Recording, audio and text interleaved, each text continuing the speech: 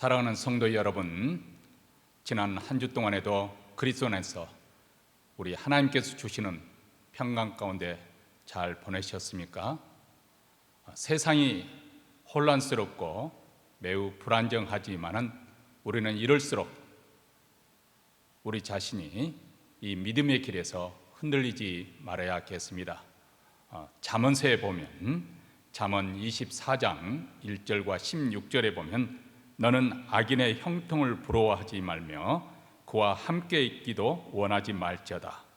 대저 의인은 7번 넘어질지라도 다시 일어나려니와 악인은 재앙으로 인하여 엎드러지느니라. 이렇게 말씀합니다. 악인이 잠시 형통하는 것을 보고 우리에게 부러워하지 말라, 질시하지 말라, 그렇게 말하고 있고, 또 악인과 또 악인의 길에서 그들과 함께 하지 말라고 권고합니다. 비록 우리 눈에 보기에는 더딜지라도 우리 하나님의 작정하시는 때가 이르면 순식간에 악인은 파멸에 이르게 될 것입니다. 그의 자랑은 졸지에 수치가 될 것이고 그의 존재감은 소멸될 것입니다. 한번 무너지면 다시 일어나지 못할 것입니다. 그러나 하나님을 의지하는 자는 7번 넘어질지라도 다시 일어납니다. 하나님께서 함께 하시고 붙들어 주시기 때문입니다. 이것이 바로 우리 하나님의 자녀들이 누릴 복이기도 합니다. 그러므로 우리가 잠시 악인이 형통하는 것을 보고 부러워하지 말고 우리 자신이 하나님의 자녀가 된 것이 얼마나 복된 것인가, 이것을 헤아려 보면서 이제 새롭게 시작하는 한 주 믿음의 길에서 흔들리지 않고 우리가 가기를 원합니다. 저희 교회에서는 교회 웹사이트를 통해서 그리고 유튜브를 통해서 영상으로 우리가 온라인으로 예배를 드리고 있습니다. 그리고 또 매 주일마다 주차장에서 드라이브인 예배를 드립니다. 드라이브인 예배는 오전 9시 30분 그리고 11시에 두 차례 드리는데, 11시는 주일학교 학생들과 또 영어부와 또 우리 부모들 같이 드리기 때문에 영어와 한국어로 이렇게 병행해서 드리고 있습니다. 널리 알려주시고 또 예배에 동참할 수 있도록 고면해 주시면 감사하겠습니다. 우리 청소년들은 금요 성경 공부가 금요일 오후 6시 그리고 주일에는 오후 3시에 줌 온라인으로 만나고 있습니다. 문의사항이 있으면 교회로 연락 주시기 바랍니다. 몬트리에 제일 한국학교는 이제 어제 토요일부터 봄 학기가 시작되었습니다. 오전 9시부터 12주 동안 이렇게 매주 토요일마다 줌 온라인으로 진행이 되어지는데, 지난 학기 아주 온라인으로 잘 한 학기를 마쳤습니다. 여기에 동참하실 분들을 또 한국학교로 연락하시기 바랍니다. 교회 웹사이트에 광고가 올라가 있습니다. 그리고 이번 학기에는 특별히 우리 시니어 나이 드시는 분들을 위해서 아직 핸드폰이나 컴퓨터에 능숙하지 못하신 분들, 아무래도 우리가 배워둬야 되지 않겠습니까? 그래서 아직 그걸 활발하게 사용하지 못하신 분들을 위한 클래스도 준비되어 있다고 하니까 문의하시면 안내해 드릴 것입니다. 이제 사도신경으로 우리의 신앙을 하나님 앞에 고백함으로 주일 예배 시작하겠습니다. 전능하사 천지를 만드신 하나님 아버지를 내가 믿사오며 그의 아들 우리 주 예수 그리스도를 믿사오니 이는 성령으로 잉태하사 동정녀 마리아에게 나시고 본디오 빌라도에게 고난을 받으사 십자가에 못 박혀 죽으시고 장사한 지 사흘 만에 죽은 자 가운데서 다시 살아나시며 하늘에 오르사 전능하신 하나님 우편에 앉아 계시다가 저리로서 산 자와 죽은 자를 심판하러 오시리라. 성령을 믿사오며 거룩한 공예와 성도가 서로 교통하는 것과 죄를 사하여 주시는 것과 몸이 다시 사는 것과 영원히 사는 것을 믿사옵나이다. 아멘. 찬송가 219장 주의 음성을 내가 들으니 우리 다 함께 찬송하겠습니다.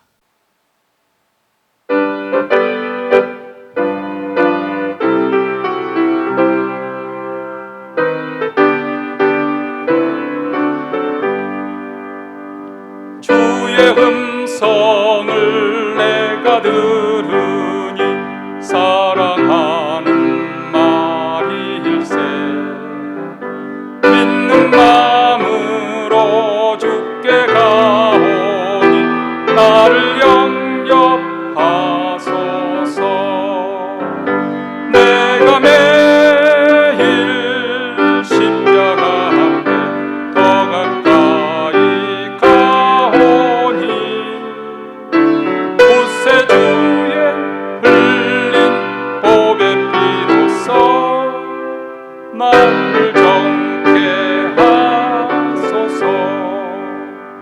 주여 넓으신 은혜 베푸사 나를 받아주시고 나의 품은 뜻 주의 뜻같이 되게 하여 주소서. 내가 매일 십자가 앞에 더 가까이 가오니 구세주의 흘린 보배 피로써 나를 정케 하소서. 주의 공자로 나아갈 때에 어찌하니 기쁜가. 주의 얼굴을 항상 배우니 더욱 진득합니다. 내가 매일 십자가 앞에 더 가까이 가오니 구세주의 흘린 보배 피로써 나를 정케 하소서. 우리 구주의 넓은 사랑을 증량할 자 없으며 주가 주시는 참된 병든도 헤아릴 수 없도다. 내가 매일 십자가 앞에 더 가까이 가오니 구세주의 흘린 보배 피로써 나를 정케 하소서.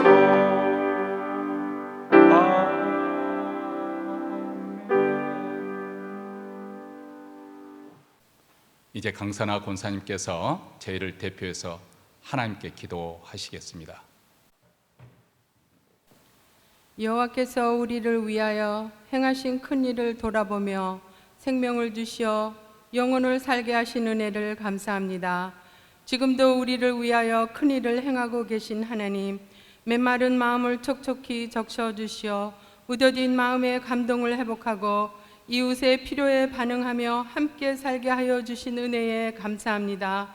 죽기까지 낮아지심으로 죽음에 속한 우리를 생명으로 높여주신 예수님, 우리로 하여금 예수님을 구주로 영접해 하나님과 화목하게 되는 은혜 입게 하심을 감사합니다.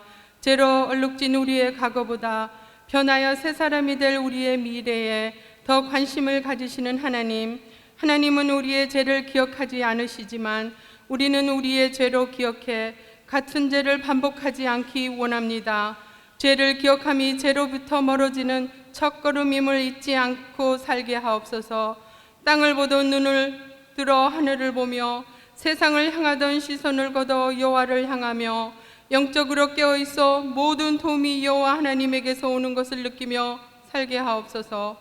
하나님 아버지에 대한 철저한 신뢰를 인해 간구하며 사는 중에 이미 평안에 거하게 하옵소서.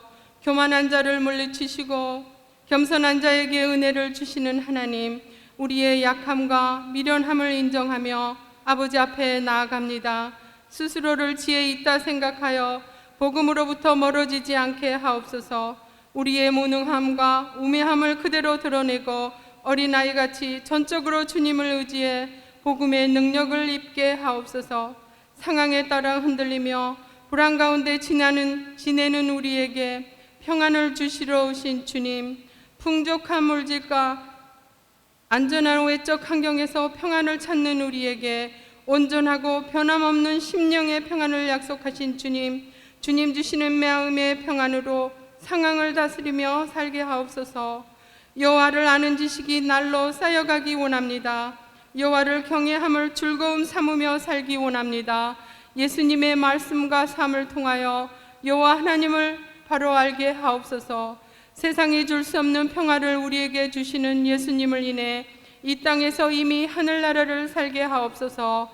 이스라엘이 포로 생활의 힘겨운 시기를 통해 하나님을 새롭게 만난 것을 기억해서 코로나로 인해 긴장과 절제 가운데 살아가는 지금을 하나님을 새롭게 만날 기회 삼기 원합니다. 눈앞에 보이는 일들에 끌려다니느라 정작 중요한 일을 뒤로 미루지 않게 하옵소서. 하나님 말씀 듣기를 모든 것에 우선해 약속하신 화평을 누리게 하옵소서.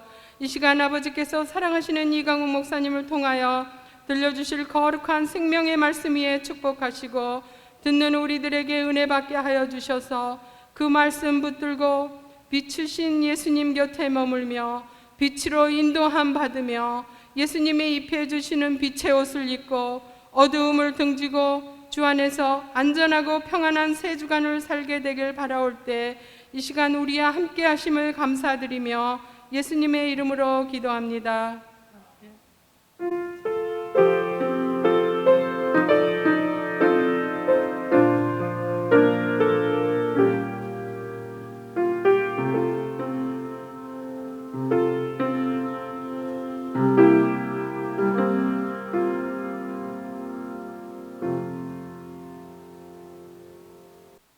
오늘 우리에게 주신 하나님 말씀은 사무엘상 6장 1절로부터 12절 말씀입니다.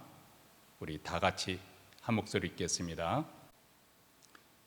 여호와의 궤가 블레셋 사람의 지방에 있으니 7달이라 블레셋 사람이 제사장들과 복술자들을 불러서 이르되 우리가 여호와의 궤를 어떻게 할꼬 그것을 어떻게 본초로 보낼 것을 우리에게 가르치라. 그들이 가로되 이스라엘 신의 궤를 보내려거든 거저 보내지 말고 그에게 속건제를 드려야 할지니라. 그리하면 병도 낫고 그 손을 너희에게서 옮기지 아니하는 영고도 알리라. 그들이 가로되 무엇으로 그에게 드릴 속건제를 삼을꼬 가로되 블레셋 사람의 방백의 수요대로 금 독종 5과 금지 5이라야 하리니 너희와 너희 방백에 내린 재앙이 일반임이니라. 그러므로 너희는 너희 독종의 형상과 땅을 해롭게 하는 쥐의 형상을 만들어 이스라엘 신께 영화를 돌리라. 그가 혹 그 손을 너희와 너희 신들과 너희 땅에서 경하게 하실까 하노라. 애굽인과 바로가 그 마음을 강팍게 한 것 같이 어찌하여 너희가 너희 마음을 강팍게 하겠느냐. 그가 그들 중에서 기이하게 행한 후에 그들이 백성을 가게 함으로 백성이 떠나지 아니하였느냐. 그러므로 새 수레를 만들고 멍에 매어 보지 아니한 젖나는 소 2를 끌어다가 수레를 소에 메우고 그 송아지들은 떼어 집으로 돌려보내고 여호와의 궤를 가져다가 수레에 싣고 속건제 드릴 금 보물은 상자에 담아 궤 곁에 두고 그것을 보내어 가게 하고 보아서 궤가 그 본 지경길로 올라가서 벳세메스로 가면 이 큰 재앙은 그가 우리에게 내린 것이요 그렇지 아니면 우리를 친 것이 그 손이 아니요 우연히 만난 것인 줄 알리라. 그 사람들이 그같이 하여 젖나는 소 2를 끌어다가 수레를 메우고 송아지 들음 집에 가두고 여호와의 궤와 및 금귀와 그들의 독종 형상을 담은 상자를 수레 위에 실으니 암소가 벳세메스 길로 바로 향하여 대로로 가며 갈 때 울고 좌우로 치우치지 아니하였고 블레셋 방백들은 벳세메스 경계까지 따라가니라. 아멘. 사람마다 자기 삶을 가치를 판단하는 가치관이나 인생관을 가지고 있는데 이와 같이 또 세계관으로 가지고 있습니다. 세계관이라는 이 세계를 바라보는 눈, 즉 세상을 보는 관점을 지칭하는 말입니다. 누구나 세계관을 통해서 세상과 사물과 현상을 보고 인식하며 살아가지요. 그래서 우리 삶의 전 분야에 이 세계관은 영향을 미치게 됩니다. 그리고 우리가 가진 이 세계관은 바꾸거나 또 고칠 수는 있어도 그러나 이것을 없앨 수는 전혀 벗어버릴 수 없는 마치 안경과 같습니다. 영국 동화 작가 콜린 웨스트가 쓴 핑크 대왕 펄시 더 핑크이라는 책에 보면 사람이 갖는 이 세계관을 이해하는 데 많은 도움을 줍니다. 펄시 대왕은 핑크색을 아주 광적으로 좋아했습니다. 그래서 그의 가진 모든 소유물을 핑크색으로 꾸미도록 했는데 그래도 그는 만족하지 못했습니다. 왜냐하면 세상에는 여전히 다른 색들이 존재하고 있었기 때문입니다. 그래서 펄시 대왕은 고민 끝에 핑크법을 만듭니다. 세상을 모두 핑크빛으로 물들여라. 사람들에게 강제적으로 핑크색으로 바꾸도록 법이 집행되지요. 심지어는 공권력을 동원해서 산과 들을 온통 핑크빛으로 물들였습니다. 심지어 갓 태어난 동물까지도 핑크색으로 염색을 하였습니다. 그래서 핑크빛 초원에 핑크빛 송아지가 뛰어다니고 핑크색 돼지가 나뒹구는 세상이 되었습니다. 그런데 여전히 핑크 대왕은 만족할 수 없었습니다. 왜냐하면 하늘이 핑크색이 아니었기 때문이죠. 그래서 며칠 끙끙대다가 자기 스승에게 묘책을 찾아보도록 명령을 내렸습니다. 드디어 스승이 묘책을 발견을 했습니다. 그게 무엇이었을까요? 안경이었습니다. 핑크색 안경을 쓰고 세상을 바라보니까 마침내 온 세상이 완벽하게 핑크빛으로 보였던 것이죠. 그때부터 핑크 대왕은 행복감을 느끼며 진정으로 만족하며 살았다고 합니다. 어떤 안경을 쓰느냐에 따라서 세상의 색깔이 바뀔 수 있습니다. 이처럼 우리가 세상을 바라볼 때 어떤 눈으로 바라보느냐에 따라서 차이를 만들어냅니다. 그래서 예수께서는 마태복음 6장 22절과 23절에서 이렇게 말씀합니다. 눈은 몸의 등불이니 그러므로 내 눈이 성하면 온몸이 밝을 것이요 눈이 나쁘면 온몸이 어두울 것이니 그러므로 내게 있는 빛이 어두우면 그 어둠이 얼마나 하겠느냐. 숭수대 교수님 김희곤 목사님은 이 구절을 해석하면서 눈이란 이 단어 대신에 단어를 넣어서 읽도록 하도록 했습니다. 관점은 몸의 등불이니 그러므로 내 관점이 성하면 온몸이 밝을 것이요 관점이 나쁘면 온몸이 어두울 것이니 그러므로 내게 있는 빛이 어두우면 그 어두움이 얼마나 하겠느냐. 어떤 관점으로 세상을 바라보느냐에 따라서 해석이 달라질 수밖에 없는 것이고 또 여기에 따라서 우리의 태도와 반응도 달라집니다. 가령 무신론적 세계관을 가진 관점으로 세상을 바라보게 된다면 그 사람은 아무리 노력을 해도 연구를 해도 하나님의 흔적을 발견하지 못할 것입니다. 왜냐하면 그가 가진 세계관은 하나님이 없다는 그것을 전제로 하고 있기 때문에 그렇습니다. 이런 관점을 가진 사람은 하나님을 믿고 사는 인생을 볼 때 참 이해가 되지 않을 것입니다. 어쩌면 답답하게 보일 것입니다. 저 사람들은 왜 저렇게 비과학적인 어떻게 보면 신화에 불과한 미신을 믿고 사는가 어리석다고 느껴질 것입니다. 반면에 하나님의 존재를 믿는 이런 유신론적 세계관을 가져서 세상을 바라보면 이 세상이 우연히 저절로 돌아가는 것이 아니라 우리 하나님께서 이 만물을 창조하시고 지금도 이 만물을 운행하신다는 사실을 알게 됩니다. 그리고 우연이라고 여겨졌던 그 모든 일들이 실상은 하나님의 섭리 속에 있다는 사실을 깨닫게 되는 것이죠. 그때 우연히 친구를 만나서 우연히 친구의 권면에 따라 우연히 그 교회에 갔었는데 어느 날 우연히 말씀을 듣고 은혜를 받았습니다. 그리고 예수를 믿는 사람이 되었습니다. 일반적으로 사람들은 이런 일에 대해서 우연히 일어난 것이라고 생각을 할 것입니다. 그러나 믿음을 가지고 믿음의 관점에서 지난 날을 돌이켜보면 그것은 결코 우연이 아니라 하나님께서 섭리하셨다는 사실을 고백하지 않을 수 없습니다. 그렇기 때문에 우리는 하나님 은혜에 감사하게 되는 것이죠. 그런데 하나님의 섭리는 공개적으로 내가 이렇게 섭리한다, 나팔 부는 식으로 나타나지를 않습니다. 종종 조금 전에 말한 것처럼 사람들 눈에 보이게 이 우연을 가장해서 나타납니다. 이것을 가장 잘 보여주는 책이 룻기서입니다. 룻기서에 보면은 하나님께서 어떤 직접적으로 개입하시거나 아니면은 어떤 기적적으로 기도의 응답이 이루어지는 그런 장면은 전혀 나타나지 않습니다. 그럼에도 불구하고 그 책 전체에서 흐르는 주제는 바로 하나님의 섭리와 주권입니다. 이방 여인 룻이 곡식을 주려고 우연히 간 일터가 보아스의 밭이었더라는 것입니다. 그런데 때마침 보아스가 베들레헴에서부터 그 밭에 온 바람에 이 두 사람의 만남이 이루어집니다. 만일 그때 룻이 우연히 보아스의 밭에 가지 않고 다른 밭에 갔더라면, 아니 보아스는 마침 그때 그곳에 도착하지 않았더라면 두 사람의 만남은 결코 이루어지지 않았을 것입니다. 그렇다면 다윗으로 이어지는 예수님의 조건은 사뭇 달라지지 않았겠습니까? 생각해 봅니다. 두 사람의 만남과 그들을 만나게 해준 이 우연히와 마침이 매우 중요하다는 생각을 하지 않을 수가 없습니다. 사실 우리 눈에는 우연과 마침으로 이루어진 것 같지만은 이 모든 것이 하나님의 섭리에 따라 이루어지는 것이죠. 이렇듯 우리 일상생활 속에서도 우연을 통해서 하나님의 섭리가 이루어지고 있으며 이것을 통해서 장엄한 하나님의 구원의 역사가 전진해 간다는 사실을 우리는 알아야 할 것입니다.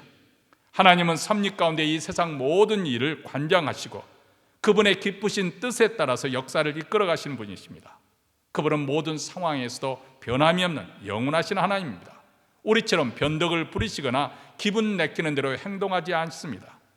하나님의 계획 분명히 그분은 알고 계시며 그 마음의 뜻을 그대로 그분의 즐거움에 따라 이루시는 분이십니다. 그분은 우리의 삶과 세상 그리고 역사를 섭리하고 역사하십니다. 그리고 이 신앙을 가진 자들마다 아무리 세상이 요동한다 할지라도 흔들리지 않고 견고하게 설 수가 있습니다. 하나님의 섭리가 있다는 것을 믿기 때문이지요. 오늘 본문에서 보면 블레셋 사람들은 현재 당하고 있는 재앙이 하나님의 심판이라는 사실을 뼈저리게 느끼고 있습니다. 그러면서도 끝까지 이것을 부정하고 의심을 하는 모습도 보여집니다. 불신하는 그들에게 하나님께서 다시 한번 확인해 주는 장면이 나오고 있습니다. 이 일이 일어나는 것은 결코 우연이 아니고 하나님의 주권적인 역사라는 사실을 보여주고 있는 것이죠. 고대인들의 세계관에서는 전쟁의 승패가 어느 신이, 어느 민족의 신이 더 우월하고 강하느냐에 따라서 달려있다고 믿었습니다. 그래서 블레셋 사람들도 자기들이 믿는 신 다곤이 이스라엘 백성들이 믿는 여호와의 신보다 더 우월하기 때문에 우리가 이스라엘과의 전투에서 승리했다고 그렇게 생각했습니다. 하나님의 언약궤마저도 빼앗아 왔으니 얼마나 의기양양했겠습니까? 그렇게 언약궤를 블레셋에게 빼앗아 온 지 7개월이란 시간이 흘렀습니다. 그런데 언약궤를 빼앗아 왔다는 이 승리감을 맛본 것은 잠깐뿐이고 하나님의 엄중한 심판과 징계로 인해서 많은 사람들이 죽거나 고통을 당했습니다. 그래서 5장 12절에 보면 독종 재앙으로 인해서 그들의 부르짖음이 하늘에 사무쳤다. 이렇게 엄청난 큰 재앙을 당하면서도 그들은 이러지도 저러지도 못하면서 언약궤를 이제는 들에 방치해 둘 수밖에 없었습니다. 왜냐하면 아무 성에서도 웰컴, 환영하는 그런 성이 없었기 때문에 그렇죠. 고통에 너무나도 다급하고 절박해진 그들은 마침내 자기들의 제사장들과 복숫자를 불러서 언약궤를 어떻게 해야 될지, 그리고 어떻게 본처로 돌아가야 해야 될지 그것에 대해서 물었습니다. 그러자 그들은 블레셋 방백의 수요대로 금 독종 5과 그리고 금 쥐 5마리를 만들어 보내야 한다고 말합니다.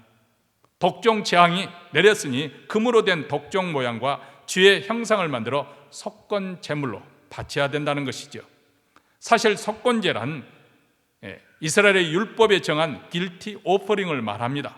그래서 하나님의 성물을 가령 예를 들어서 언약궤를 함부로 다룬다든지 이렇게 짐짓, 범가했을 때, 또 하나님의 규례를 어겼을 때, 그리고 사람들에게 해를 끼친 죄과를 속하기 위해서 드리는 제사를 말합니다. 율법에서 말하는 속건제와 블레셋 사람들이 생각하는 속건제는 물론 차이가 있습니다. 우선 율법에서는 속건제물은 생명 있는 짐승의 피를 요구하고 있지요. 레위기 6장 6절입니다. 그는 또 속건제물을 여호와께 가져갈지니 곧 내가 지정한 가치대로 양떼 중 흠없는 수양을 속건제물을 위하여 제사행위로 끌고 갈 것이요. 순양을 끌고 와서 피 흘리는 제사를 지내야 한다는 것입니다. 블레셋 사람들은 이 율법을 알지 못했지만은 현재 그들이 당하고 있는 이 엄중한 재앙이 하나님의 진노로 말미암아서 온 것이라는 사실은 확실하게 깨달았습니다. 그래서 그들은 속건제를 드리기로 한 것이지요. 제사장들과 복수자들은 자기들이 제안한 것을 신속하게 이행하라고 그렇게 6절에서 촉구를 하고 있지 않습니까? 애굽인과 바로가 그 마음을 강팍게 한 것 같이 어찌하여 너희가 너희 마음을 강팍게 하겠느냐?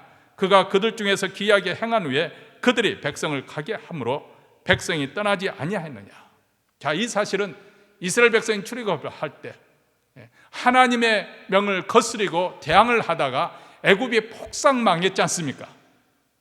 마지막 재앙은 바로의 가정부터 시작해서 하녀의 가정에 이르기까지, 심지어는 짐승의 초태생, 처음 난 짐승은 다 치는 무서운 죽음이 신이 역사하는 재앙이었습니다. 결국은 그렇게 강파했던 바로가 두 손을 번쩍 들고 한밤중에 모세와 아론을 불러서 어서 속히 너희들은 이 애굽을 떠나라, 쫓아내다시피 그렇게 내보냈지 않습니까? 왜 이 일을 반복하게 하느냐? 이것이 복술자와 제사장들의 말이었습니다. 어서 속히 언약궤를 돌려보내서 이 화에서 면하게 하자 한 것이죠. 그래서 자신의 방식대로 속건 제물로 금 독종 5과 금 쥐 5을 준비를 했습니다. 거기에 한 가지 더 제안하는 것은 궤를 보낼 때 새수리를 만들고, 원래 여호와의 궤를 이동할 때는 아무나 이동하는 것이 아닙니다. 아니, 심지어는 언약궤를 함부로 만질 수도 없죠.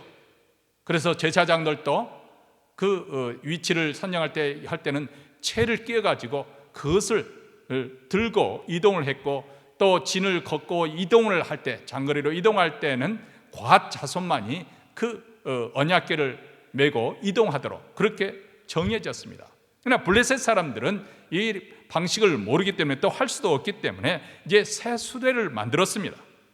거기에 언약궤를 싣고 그 곁에는 속죄 제물을 든, 속건 제물이 든 상자를 두라고 말하고 있습니다. 그러면서 그 수레에 끄는 소는 한 번도 멍에를 매지 보지 않은 젖나는 소 2를 하라고 그렇게 권면합니다. 자, 여기서 한번 생각해 보시기 바랍니다. 먼저 멍에를 한 번도 메어보지 않았다는 것은 이 소들이 순탄하게 수레를 메어갈 거라는 기대가 조금 벌써 거기서부터 좀 의아하게 생각되지 않습니까? 그리고 젖나는 소라고 하는 것은 암소, 새끼 송아지가 있는 암소를 2마리를 끌고 가라는 거죠. 그리고 더군다나 그 송아지를 집에 떼어서 메어놓고, 그리고 젖나는 암소들로 하여금 그 수레를 끌고 가라고 하는 것입니다. 과연 순조롭게 이루어지겠습니까? 그렇다면 왜 그들은 이런 제안을 했을까요?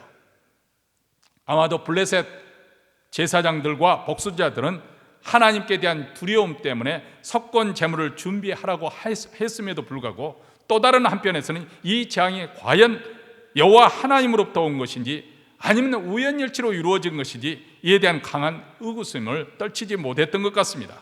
그래서 진짜 여호와 하나님으로부터 온 것인지 그것을 시험해 보기를 원했던 것이죠. 그래서 한 번도 멍에를 메어보지 않은, 그리고 젖나는 암소 2를 준비하도록 한 것입니다. 언약궤를 실은 새 수레를 끌고서 소들이 곧장 이스라엘 벳세메스로 가는 그 대로로 가면은 그것은 바로 하나님께서 행한 것이고, 만약 그렇지 않고 그것이 아니라고 한다면 우연이지 않을까, 이것을 시험하고자 한 것이죠. 그런데 이게 웬일입니까? 12절 말씀해 보시기 바랍니다. 암소가 벳세메스 길로 바로 행하여 대로로 가며 갈 때 울고 좌우로 치우치지 아니하였고. 자, 암소들은 송아지를 떼어놓고 가는 그 발걸음 차마 발걸음이 떼어지지 않았을 것입니다. 떨어지지 않았을 것입니다. 그런데 울면서 벳세메스를 향해서 곧장 좌로나 우로로 치우치지 않고 똑바로 그렇게 싣고 가더라는 것입니다. 이를 보면서 블레셋 사람들은 어떻게 생각했을까요? 벳세메스까지 가까이 와서 지켜봤던 그들은 이것이 결코 우연이 아니라는 것을 다시 한번 확인했을 것이고, 우리가 당하고 있는 이 재앙이 여호와 하나님으로부터 말미암았다는 것을 확인하고 돌아가지 않았을 것입니까? 하나님께서는 심지어는 짐승의 본능까지 제어하시고 다스리시고 하시고자 하는 일을 이루고 하시는 분이신 것을 알 수가 있습니다. 블레셋에게 임한 재앙은 결코 우연이 아니에요. 하나님이 내리신 심판이라는 것을 분명해졌습니다. 하나님은 우리가 측량할 수 없는 생각과 이해를 뛰어넘어 자신의 의지적인 행위를 통해서 세상 만사를 주권적으로 섭리하고 계십니다. 우리가 불신자든지 아니면 믿는 신자든지 하나님의 섭리 역사하고 있는 것입니다. 이 하나님의 섭리, 이 섭리라는 이 프로비던스 단어는 미리라는 프로 단어와 또 비전, 이 보다는 의미의 단어가 결합된 복합어입니다. 미리 본다는 뜻입니다. 이것은 전능하신 하나님이 예지를 암시하는 말이죠. 하나님은 세상 만사를 미리 알고 계십니다. 우리 인간은 앞일을 알 수가 없습니다. 과거에 일어난 일은 비교적 소상하게 우리가 알 수가 있고 해박할 수 있을런지 모르지만, 미래에 일어날 일, 심지어는 10분 후에 아니면 내일 어떤 일이 알 수 없기 때문에 우리는 종종 답답해할 때가 많습니다. 그리고 때로는 기쁜 일이 있다가도 심지어는 쉽게 낙담에 절망에 빠지기도 합니다. 아니면 낙담하고 있다가도 또 의기양양해지기도 합니다. 우리 신앙인들도 하나님의 축복을 받으면 기뻐하고 징계를 받으면 금세 기가 죽습니다. 왜냐하면 미래를 알지 못하고 또 하나님의 크신 섭리를 보지 못하기 때문에 그렇습니다. 세상에 여러 가지 이유로 힘들고 고통받는 사람들이 참 많습니다. 그래서 그들은 생각하기로 왜 하필 내가 이런 곳에 와서 이렇게 고생을 하며 살아와야 하나 하고 탄식할 수 있습니다. 그런데 가까이 여기까지 오게 하신 것이 우연히 그렇게 된 것처럼 보이지만은 실상은 우연을 통한 하나님의 섭리라고 생각해 보시기 바랍니다. 아직 우리는 그 이유를 깨닫지 못할 수는 있겠지요. 그런데 여기까지 하나님의 섭리가 있다고 생각하면 우리는 또 다른 우연을 통한 하나님의 섭리를 기대할 수 있을 것이고, 여기에서 우리는 장래에 대한 소망을 갖게 됩니다. 그리고 현재의 어려움을 극복할 힘을 얻게 될 것이고, 그리고 현재 맡겨진 일에 최선을 다하게 될 것입니다. 사실 사람들이 하나님의 존재를 부정한다고 해서 하나님이 섭리하지 않는다든지 하나님께 불순종한다고 해서 하나님의 섭리가 거부된다든지 그런 법은 없습니다. 순종하는 사람들에게는 그들의 순종을 통해서 하나님은 역사하시는 것이고, 또 불순종하는 사람들에게는 그들의 불순종을 통해서 하나님의 뜻을 성취하는 것이 하나님의 섭리고 하나님의 주권적인 역사입니다. 자, 이것을 가장 선명하게 보여주는 것이 가룟 유다의 경우지 않습니까? 그는 예수님을 은 30에 팔아먹었습니다. 하나님의 구원의 역사에 정면으로 대적한 것이죠. 예수님을 은 30에 팔아먹은 그런 망령된 그런 악한 생각을 한 것은 사단의 생각을 받아들였기 때문입니다. 바리새인들과 대제사장들, 장로들, 그리고 로마 총독 빌라도, 그들의 한 모든 것들을 보면 그들은 주님을 대적한 것입니다. 사단의 계획에 따라서 하나님의 구원의 역사 방해하기 위해서, 하나님을 대적하기 위해서 그 일을 행한 것입니다. 그런데 하나님께서는 그들의 이런 불순종을 통해서 오히려 그것을 역이용을 하셔서 하나님의 애정하신 뜻, 곧 독생자 예수께서 십자가에 달려 죽도록 허락하신 것입니다. 이로써 하나님의 작정된 뜻, 즉 누구든지 주의 이름을 부르는 자마다 구원을 얻는 이 놀라운 구원의 문이 활짝 열리게 된 것입니다. 저들이 불순종함으로 오히려 하나님의 구원의 경륜을 성취하게 하신 것이죠. 그러면 불순종으로 하나님의 뜻이 이루어진다 하면, 순종함으로써 하나님의 뜻이 이루어진다면 여기에 무슨 차이가 있겠습니까? 아니, 정말 인간의 논리로 말하자면 불순종해서 하나님의 뜻이 이루어진다면 오히려 처벌을 받을 것이 아니고 칭찬받아야 될 거 아닙니까? 아닙니다. 저들은 악한 의도로 악을 행한 것이지요. 저들이 스스로 그것을 선택한 것입니다. 그리고 그 선택과 행위에 대한 결과에 대해서 책임을 져야 되는 것이죠. 저들의 불순종과 악한 행위에는 하나님의 엄중한 심판과 형벌이 기다리고 있습니다. 반면에 순종하는 자들은 이는 하나님의 함께 하시고 또 하나님께서 보호하심과 인도하심이 가운데서 저들에게 생명과 복이 약속되어 있습니다. 그뿐만 아닙니다. 그들의 순종함을 통해서 하나님의 뜻이 이루어져 가는데, 그것은 바로 복음이 온 천하에 전파되어 하나님 나라가 이 땅에 구현되어 가도록 그렇게 역사하시는 것입니다. 사랑하는 성도 여러분, 하나님은 우연을 가장해서 우리 인생에 섭리하십니다. 어느 날 좋은 일이 우리에게 일어납니다. 사람들은 그것을 우연이라고 말하겠죠. 그런데 그 우연을 통한 하나님의 복은 이상하게도 은혜를 귀히 여기는 사람, 하나님 말씀에 순종하는 사람에게 이상하게 더 많이 나타난다는 사실입니다. 현재 자기 자신에게 맡겨진 일을 최선을 다하는 사람이 더 자주 일어납니다.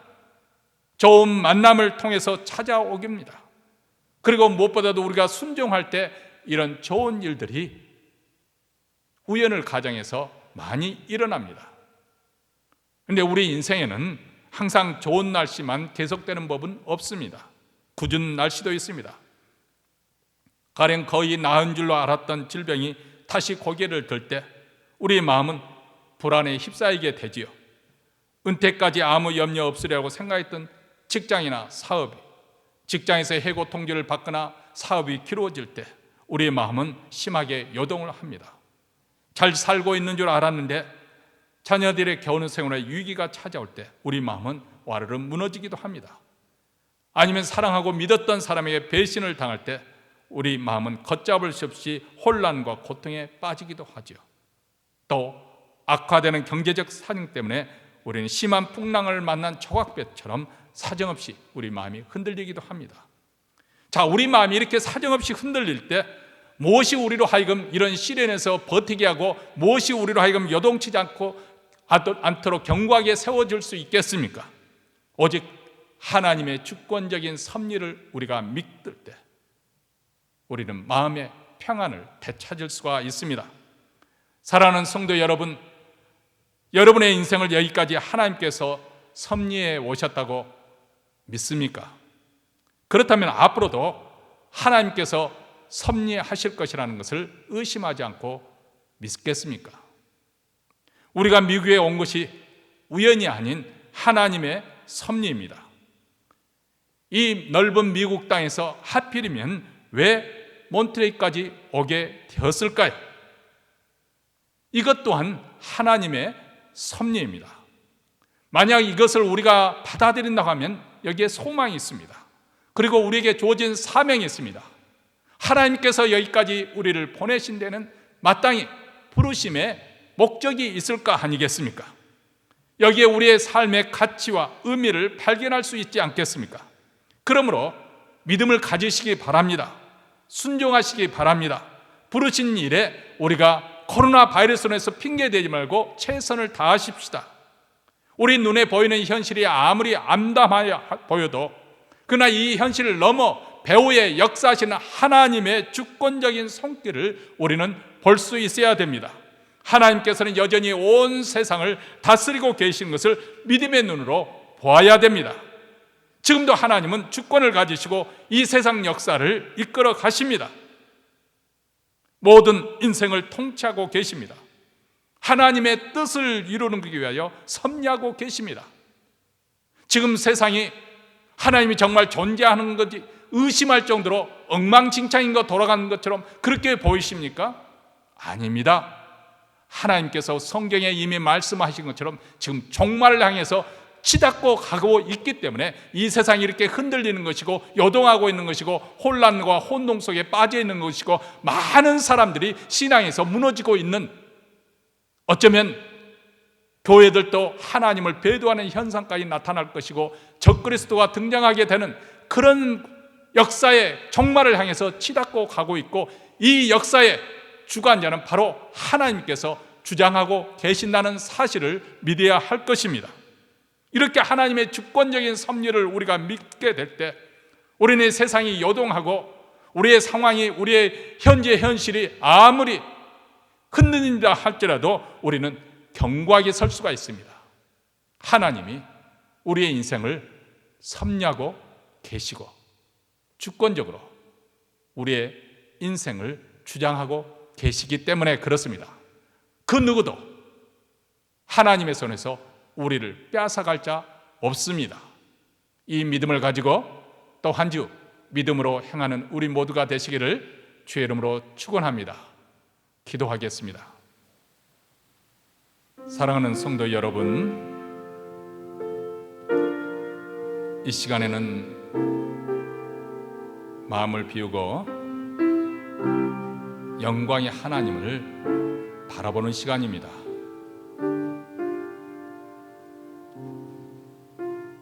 우리 자신을 있는 그대로, 발가벗긴 그대로 그 영광스러운 빛에 노출하십시다. 그래서 우리 인생이 얼마나 비천한 것인지, 얼마나 냄새나는 헛누더기에 부족한 것인지 우리의 의의를 깨닫고 오직 하나님이 전부임을, 만물이 하나님으로부터 나오고 하나님으로부터 돌아간다는 사실을 다시 한번 확인하십시다. 하나님께서 이 세상을 주관하고 계시고 우리의 인생을 섭리하고 계십니다. 현재 보이는 그 일로 인해서 마음이 흔들리지 마시고 여기까지 우리 인생길을 섭리해 오신 우리 하나님이 앞으로도 여전히 우리 인생을 주장하시고 이끌어 가시고 섭리해 주신다는 사실을 믿는 믿음으로 든든히 서시기 바랍니다. 하나님 아버지 감사합니다. 오늘 또 말씀을 통해서 다시 한번 이 세상 현상으로 심히 마음이 요동칠 때, 또 우리에게 지금 밀어닥치는 여러 가지 도전과 시련으로 인해서 마음이 흔들릴 때 다시금 우리가 하나님의 손에 있으며 하나님의 섭리 가운데 있음을 믿음으로 고백합니다. 이제 새롭게 시작한 한 주도 이 믿음을 가지고 열심히 살게 하시고 성실히 살게 하시고 또 부르심 받은 대로 최선을 다하는 저희들의 삶이 되게 하옵소서. 이제 예배의 순서에 따라 준비한 예물을 가지고 하나님 앞에 나옵니다. 우리는 하나님의 백성이요 하나님의 자녀입니다. 하나님께서 우리를 자녀로 불러주셨사오니 하나님께서 우리를 책임져 주실 줄로 믿습니다. 너희는 먼저 그의 나라와 그의 의를 구하라. 그러면 이 모든 것을 너희에게 더하시리라.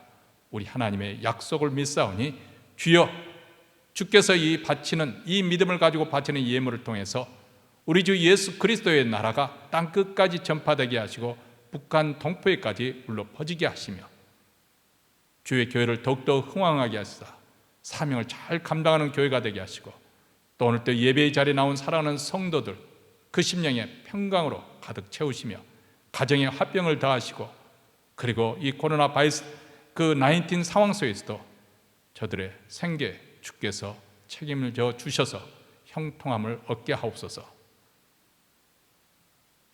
이제는 우리 구주 예수 그리스도의 은혜와 하나님 아버지의 무한하신 사랑과 성령의 교통하심이 하나님의 섭리를 굳게 믿고 믿음으로 또 한 주를 맞이하고자 다짐하며 이 자리를 떠나는 사랑하는 주의 백성들, 그 가정 그리고 기업 위에, 교회 위에 영원토록 함께 있을지어다. 아멘.